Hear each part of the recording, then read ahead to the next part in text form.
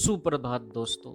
आज विचार में हम विचार करेंगे जीने के तौर तरीकों के बारे में। आज 5 जून है, विश्व पर्यावरण दिवस।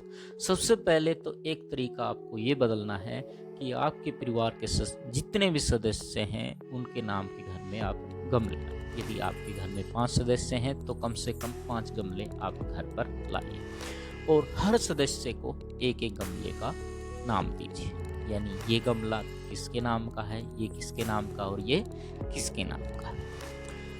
तो इससे क्या होगा, आपकी प्रकृति के प्रति लगाव बढ़ेगा, आप में उसके प्रति अपनापन आएगा। जब आपको कोई कहेगा कि ये आपके नाम का गमला है और इसमें पौधा भी आपने लगाया है तो और ख्याल भी आपको रखना है उसका, तो आपका प्रकृति से जुड़ाव, पौधा कैसे बड़ा होता है, कैसे उसमें पत्तियां आती हैं, कितने दिन में वो बड़ा हो जाता है, कैसे उसे उगाते हैं, कैसे लगाते हैं। सबसे पहले तो इसका ये बेनिफिट होगा कि आपके घर में यदि बच्चे हैं तो वो पौधा लगाना सीख जाएंगे।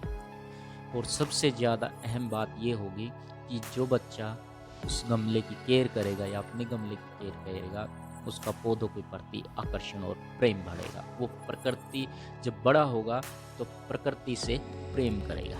उसे पता होगा कि एक पेड़ की कीमत क्या होती है और प्रदूषण करने से क्या होता है। दूसरा तौर तरीका है ईंधन की या बिजली की खपत कम करना। जहाँ भी 20 से 25 किलोमीटर का जो भी दायरा है, या तो आप उसे दोपहिया वाहन पर जाएं या फिर पब्लिक ट्रांसपोर्ट का यूज करें। यदि 2.5 से 3 किलोमीटर का कोई सफ़र है तो आपको साइकिल पे जाना चाहिए। इससे आपके 2 काम होंगे, एक तो आपकी इम्यूनिटी ठीक होगी और कोरोना जैसे संक्रमण वाले एरिया में या जिस तरह सराउंडिंग ये बीमारी फैल रही है उसमें इम्यूनिटी ही हमारा बेस्ट हथियार है।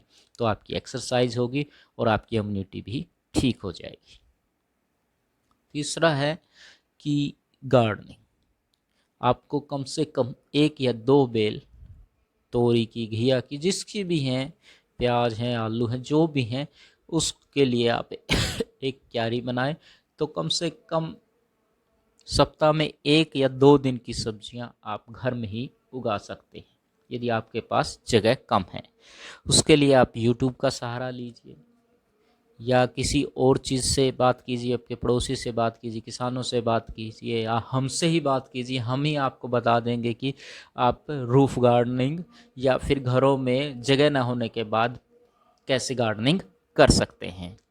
तो मुझे लगता है कि आप इन तौर तरीकों को अपनाएंगे तो पर्यावरण से और कोरोना दोनों से आप बच पाएंगे। धन्यवाद। यदि आपको ये विचार अच्छे लगे हैं तो शेयर कीजिए, लाइक कीजिए और सब्सक्राइब कीजिए।